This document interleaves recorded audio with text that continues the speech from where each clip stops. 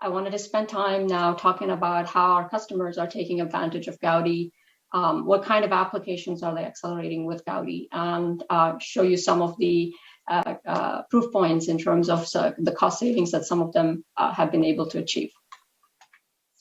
So Gaudi can be used today. It's largely the software stack is focused on CV and NLP use cases. This is where we find the largest demand from customers in terms of AI models. So this is our first focus area. We have, I can't talk about all the customers in detail. I'll talk about several of them in the following slides, but I can tell you that we have customers who are using it for defect detection in manufacturing. We have retail customers who are exploring it for smart checkout. We have customers in the healthcare space looking at it for 2D and 3D medical imaging. We have customers in the autonomous vehicle space using, again, object detection for their algorithms, and several NLP use cases as well, and I'll cover some of these. And these are sort of NLP sort of spans a whole lot of industry verticals. So whether it's a question answer or sentiment analysis or subject matter query, there's a wide variety of use cases for NLP. I'll touch upon one of those examples, but one of our customers has been using. So the first one is healthcare applications. We work with Leidos, who works a lot with their end customers, who are mostly government agencies, FDA, NIH, CDC. They are focused on healthcare in terms of imaging use cases and NLP use cases. On the imaging side, mostly on 2D and 3D medical imaging. On the NLP side, like subject matter queries with regulatory review or fraud detection for grants, medical literature search. These are all the key topics that we're focusing and working with them on. And I'm going to talk about two applications, one in medical imaging and one in NLP. So this is a very interesting example, especially in the context of this pandemic. And basically, the work we did is to see if we could use deep learning to detect COVID-19 in pneumonia in chest X-ray images. So the way this problem got solved is we do pre-training on a model called ResNet that will generally identify a whole a set of diseases, about 14 diseases from chest X-ray images. That builds the pre-trained model, and then it's fine-tuned to detect COVID-19 using this COVID CXNet model. And we used publicly available data sets. There was a paper that was published for COVID CXNet, and we got the images based on the data sets used in the paper. And the results are basically here for you to see. We were able to get, for the pre-training, again, and the fine-tuning, over 60% cost savings compared to the P3DN instance. So this is what the customers was comparing against. This is the experiments they've done, comparing eight Gaudi cards on a 24x DL1 24x large with 8 B100s with a P3DN 24x large. And similarly on the fine-tuning use case. And in summary, what they conclude is that this was actually very easy to get started with minimal code changes, and they were happy to actually take advantage of all of the collateral on our developer site and GitHub. They were looking for that validation in terms of the 40% and at least 40% of cost savings. They saw more than 60% in terms of cost savings. And this led to a second conversation with them on NLP use cases. And we had a use case where one of Leidos' customers was using NLP-based solution to actually accelerate medical benefit application processing. So here, their customer was using a G4DN 12x large instance.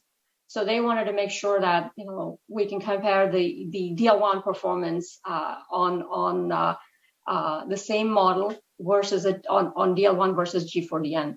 So I'm just going to give you on the bottom, that table shows you what's the difference between the G4DN instance and the DL1 instance. The G4DN has 4 Tesla T4s. The DL1 has 8 Gaudis. It's clearly a lot cheaper on-demand price than the DL1. And basically, the goal was to figure out whether there's any cost savings in terms of being able to switch to a newer architecture like DL1. So the model they had was a Distilbert model that was fine-tuned for this classification task. They had 737K labeled images, 184K test examples.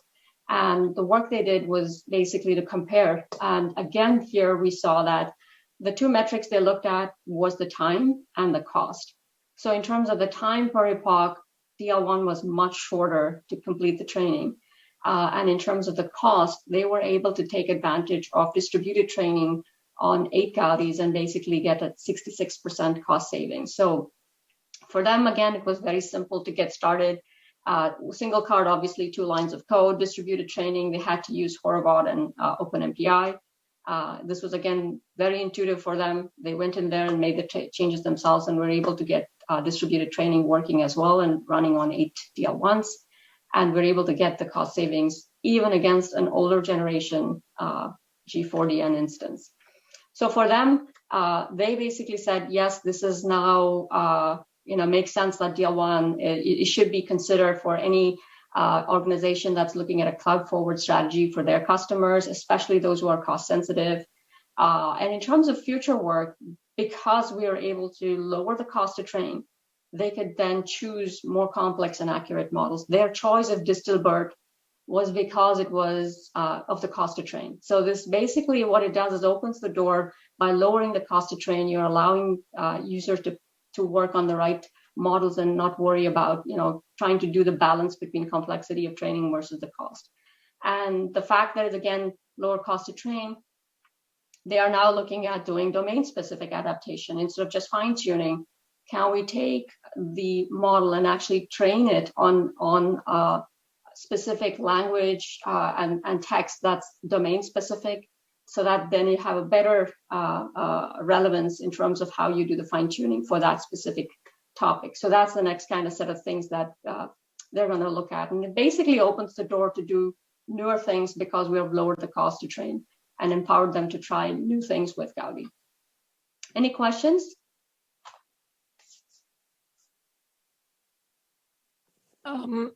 Yeah, part of when you're going through things, I'm trying to understand what it is about Gaudi that makes it special. And so far, it's that it seems that it takes less time to train, and that's where the cost savings come from. Is that?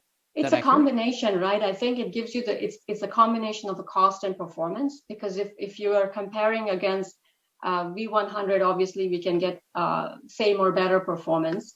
And if you look at obviously A100, it's, I showed you that the performance lands between a V100 and A100, but the cost is significantly lower. So we're able to then basically turn back the cost savings and reducing the cost is like, we are on an older 60 nanometer process. We don't use discrete NICs. The NICs are integrated. The scaling efficiency, the architectural efficiency, the fact that it's purpose built in terms of getting better efficiency and utilization.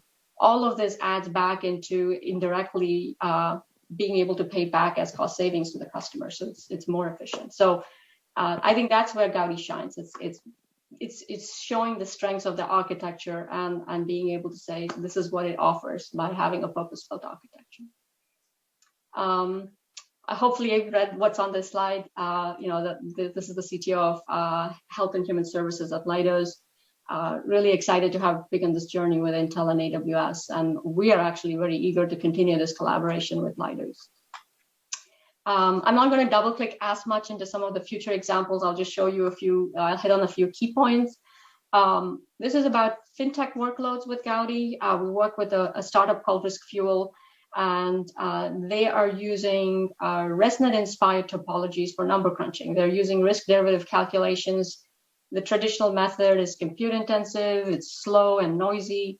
So they took the simulation, they used that to generate data, and then they trained an AI model, and then they can accelerate much, much better in terms of providing real-time outcomes. And they have their own custom architectures for that. And so basically, this team worked with us to do a evaluation. They were very excited about being able to lower the training costs, and improving model quality was important for them because they're building out lots of these architectures to kind of build out more accurate results for their end users. The other example is in AV, where we're working very closely with MobileEye. and they're using Gaudi to do training of their custom object detection. These are 2D and 3D object detection models that, you have 11 cameras on the car. There's a lot of CV models that they use. These are some of the more intensive tasks that they've been able to train on Gaudi. And in terms of their evaluation, they were able to exceed more than the 40% mark in the first phase. And the exciting thing is that now multiple teams across MobileEye have tasted success, and they're seeing significant cost savings, and they're adopting it in production as well, right? It's not just the POC, and basically it allows them to get better time to market for whatever models that they have the key challenges on. So we've been working very closely, and this is a very exciting space where there's a lot of activity going on in the AV space, and hopefully we'll have a lot more success stories we can share in the future. So a lot of that was on DL1, and you might be wondering, what about your on-premise story? I wanted to just, a lot of those sort of proof points are relevant to the Supermicro X12 Gaudi server because it's very much the same 8 Gaudis, very similar to how it's set up on the EC2 DL1 instance. We are very excited. Actually, there was recent news this week about the San Diego Supercomputing Center having built out the Voyager cluster that has, I think, 334 Gaudis. That's 42 servers. Basically, it's a large AI cluster for a lot of the research community to do innovation. And they just launched their testbed phase, so it's open for end users to come in and start doing their experiments. And they are using basically the Gaudi to Gaudi kind of interconnect extensively for scaling out and building this cluster. And I want to call out like this very interesting use case. They're going to be using it for science and engineering workloads and accelerating. Here's an example where they actually have been using AI for wildfire mitigation. And this is something which they were able to take a model and train it with Gaudi and use that for building out their wildfire mitigation use case. So we're actually, now that we're just about to open for a lot of customers, end users, scientists, and the larger research community come in and try, hopefully come up with some of these innovative use cases and take advantage of the architectural innovation that Gaudi offers. So we're looking forward to seeing what comes out of the Voyager testbed phase. And lastly, call to action. I hope you've learned a lot about Gaudi today, and take a few minutes to check out our website and developer site, get on the DL1 instances and give it a try. And if you have questions, feel free to reach out to us. So you talked a lot about Gaudi in here, but of course, Intel has just recently announced Gaudi 2 as well. So what can you tell us about Gaudi 2 as compared to what you've just presented about Gaudi? So a large part of the work is going to basically carry forward, like we will have compatibility in terms of the software and the ecosystem partnerships. So you leverage all of the goodness I've talked about on Gaudi 2 as well. What Gaudi 2 offers is it's got more of the MME, more of the TPCs, more HBM, more scale out ports, and it gives you much better performance. It's industry leadership performance today, 2x better than an A100. So you'll take advantage of the raw performance as well as the cost savings also will come with Gaudi 2, the same architectural efficiency. So that's basically gen over gen improvement, and all of the investment in our software stack will basically continue into the next generation. What level of TensorFlow and PyTorch are you compatible? Are your tools compatible with at this point? So we keep up with the latest versions of TensorFlow and PyTorch. So every time a new release comes out, we just upgrade to the latest version of today. Right now, we are up to date with TensorFlow 2.8 and PyTorch 1.10. We're going to upgrade to 1.11, and we'll keep up with 1. As the frameworks keep upgrading, we will also keep up with them. And those solutions work both with Gaudi 1 and Gaudi 2, I guess. Absolutely, yes. Yes, Sree, you mentioned on one of your earlier slides, I think I'm not sure which way around it was, you were doing model training on site and then pushing the model up into the cloud, I think. That wasn't Converge. Yeah, could you just explain that a little bit more, because that's interesting to me about how you can potentially use Gaudi in more than one place, and why you would, like, when would you choose to use Gaudi on site versus in the cloud, do you think? Right. So a lot of enterprise customers tend to build out like these heterogeneous clusters, and there's cases where there is a spike in demand in terms of your compute, and they have the opportunity to burst to the cloud. So where you would need to, you can basically continue to use your on-premise instances or on-premise systems.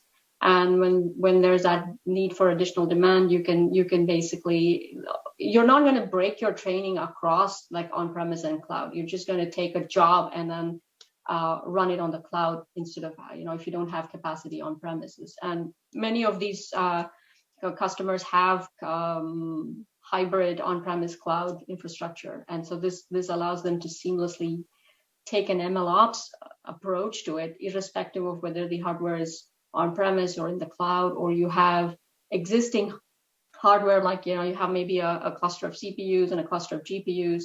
You can add an additional cluster with Gaudis. You can use Gaudis in the cloud. You can set up an EKS cluster. So you're not kind of gated by the infrastructure capability. And that's the kind of like awesome flexibility that Converge offers, and enterprises can take advantage of that. And so presumably these enterprises would have some kind of high-speed data connection, or I don't know, something like Express Router or a co-located data solution, because if I'm doing training on any substantial data, it needs to be available both to my cloud instances and right. And I think that depends enterprise to enterprise. It's different. Like they may set it up differently. Some of them have co-location. Some of them put their data in the cloud for some subset of workloads. So I think it depends is the answer. And you basically have the ability to work with Converge. Actually, Converge solves that problem where you can bring in an S3 bucket in the front end, or you can hook it up to other data sources and make your, like, this is the picture on the right shows the workflows you can build out, right? You can bring in different types of data sets for the problem you're solving from different data sources. You can do data pre-processing on the CPUs. You can set up a whole slew of training experiments, different types of models, different types of platforms. You can do hyperparameter optimization, and you pick the right architecture for the right problem. So it allows you to do a lot of that experimentation, and this is making it easier to then finally do the last step of deployment as well. Right, and I can architect that based on what my workload is going to look like. So for some of it, I might say, look, I've got a baseline that I'm always doing. I've decided to invest on that and put it on site. But then I have some other data that is my burst data, and I will actually send that to the cloud, because otherwise I'm moving data around a lot. And we've seen in previous presentations over the last couple of days, we really don't want to do that. No, we don't. Yes. Okay. So with the cloud instance type, so you've got Gaudi 1 is available there. Presumably Gaudi 2 is coming. How many options of instances do I like?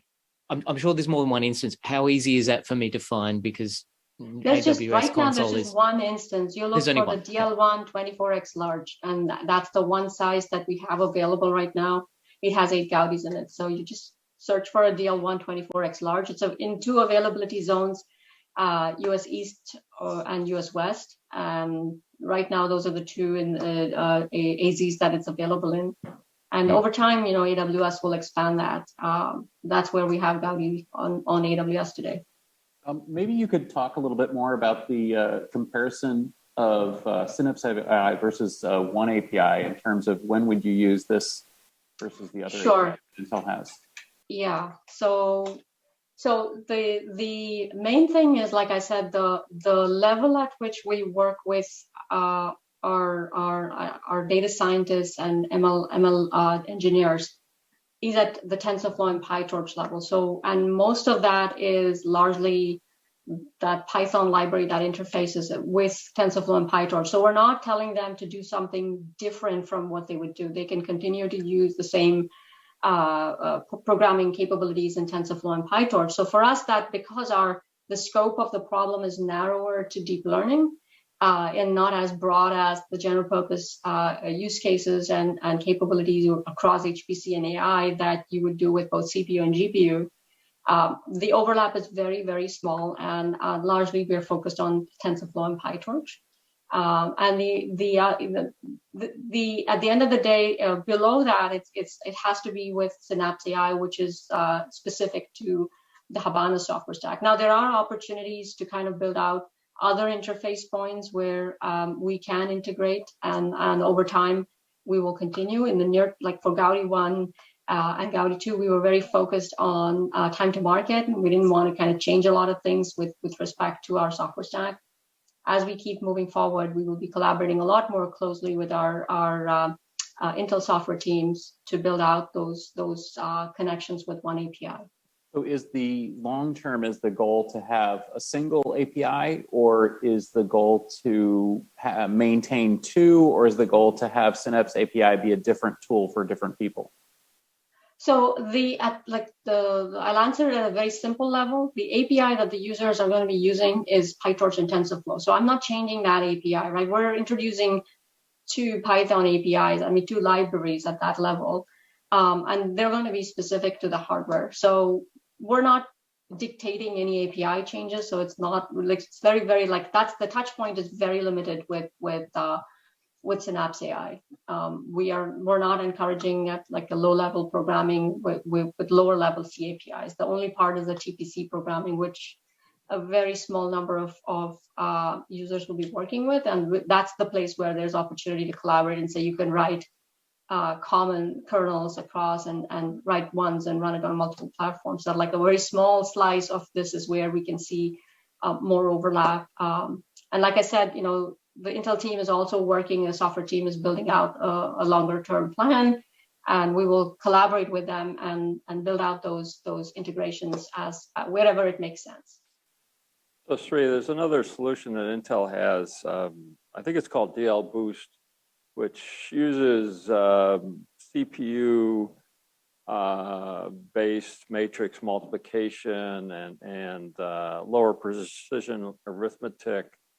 How does something like Habana compare to that Intel solution for some of these workloads, modeling and training and stuff?